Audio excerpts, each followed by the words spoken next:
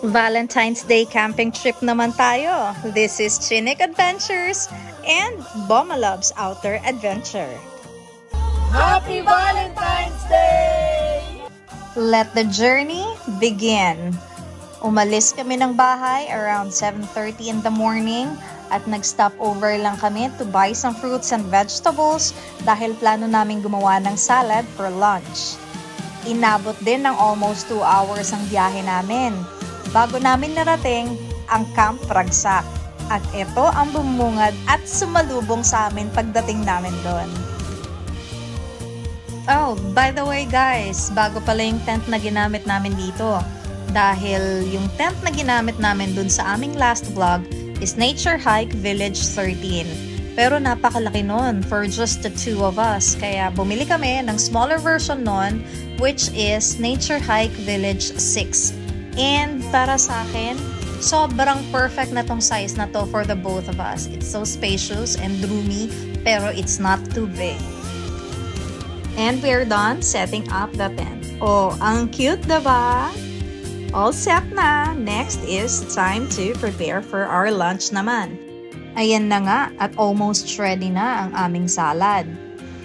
At heto naman ang isa sa mga binaon naming lunch, which is chicken curry na niluto na namin ahead of time para initin na lang dito sa campsite.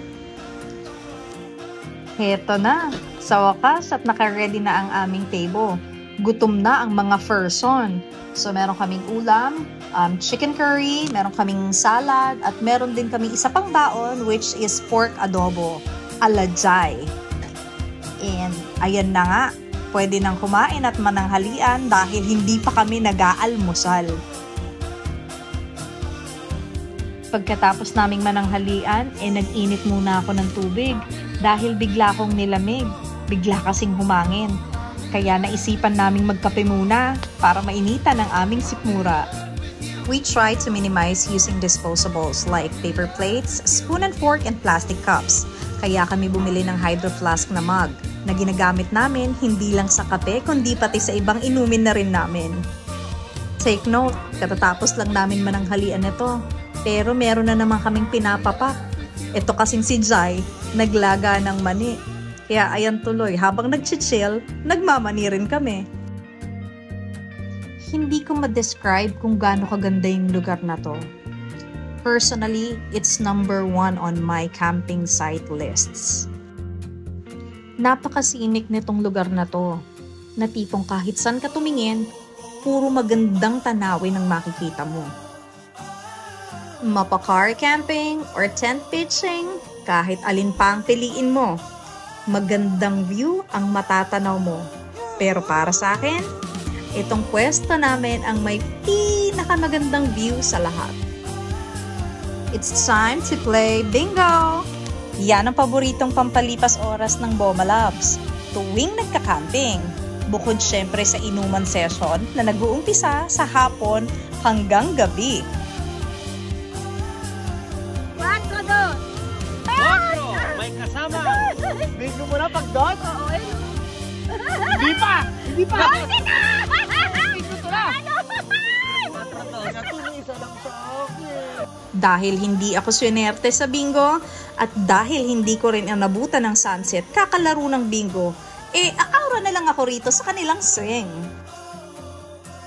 Lights on na tayo mga be dahil madilim na at nag-ready na rin kami nito para sa aming dinner. Ayan, at dinner time na. Masaya ako na natupad din ang matagal ko nang gustong gawin kapag nagka-camping. At yun ay ang mag-samgyup. Matagal na kaming nagsasamgyup sa bahay guys. Pero ba't ganun? Mas masarap siyang kainin sa camping.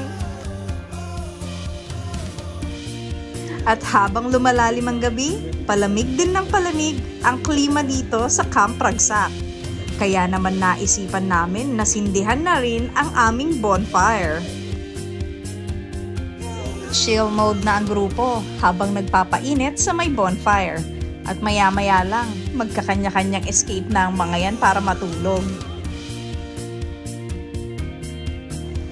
Day 2 na mga guys. At medyo Napahimbing ako ng tulog kasi 7 o'clock na kami nagising.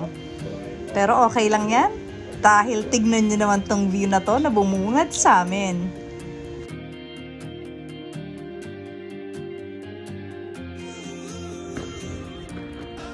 Good morning!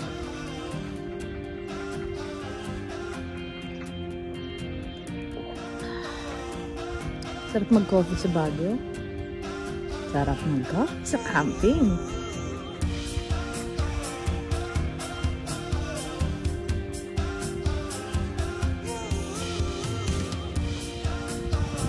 There's our tents.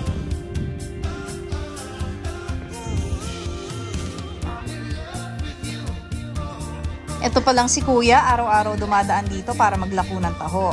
At hindi lang classic ang flavor ng kanyang taho, meron din siyang ube flavor. Quick breakfast muna bago kami tuluyang magpaalam sa Camp Ragsan. At ayan na nga, oras na para umuwi. And here are some of the pictures that I took during our stay here at Camp Ragsan. Please follow us on our YouTube channel and don't forget to like, share, and subscribe na rin.